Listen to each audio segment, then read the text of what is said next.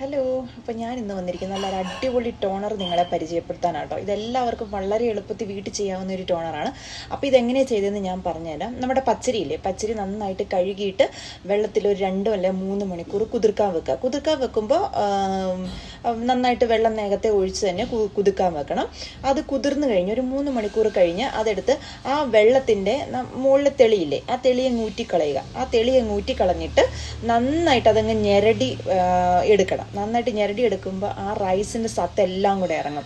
എന്നിട്ട് വരുന്ന വെള്ളം ഉണ്ടല്ലോ, അപ്പോൾ കുറച്ച് വെള്ളമുള്ളൂ. അപ്പോൾ നമ്മൾ ആദ്യത്തെ വെള്ളം ഊറ്റിക്കളഞ്ഞു, ആ വെള്ളത്തിന് അപ്പോൾ കുറച്ച് വെള്ളമുള്ളൂ. അതിനകത്ത് ആ അരി നന്നായിട്ട് ഞെരടിയിട്ട് ആ വരുന്ന വെള്ളം ഉണ്ടല്ലോ, ആ വരുന്ന വെള്ളം ഒരു നമ്മുടെ അരിപ്പയുണ്ടല്ലോ, അരിപ്പയിൽ സ്ട്രെയിൻ ചെയ്തെടുക്കുക. ആ സ്ട്രെയിൻ ചെയ്തെടുത്ത വാട്ടറാണിത്.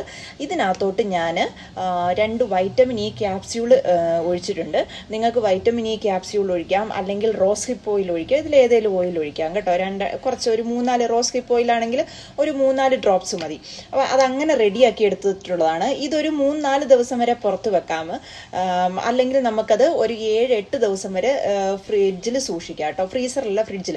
എന്നിട്ട് ഇതുപോലെ ഒരു സ്പ്രേ ബോട്ടിലോ അല്ലെങ്കിൽ ഇങ്ങനെ മുഖത്ത് നമുക്ക് സ്പ്രേ ചെയ്ത് കൊടുക്കാം. അടിപൊളി ടോണറാണ്. അപ്പോൾ എല്ലാവരും മസ്റ്റ് ട്രൈ ആണ് കേട്ടോ. അപ്പോൾ എല്ലാവരും ട്രൈ ചെയ്യണം. സൂപ്പർ.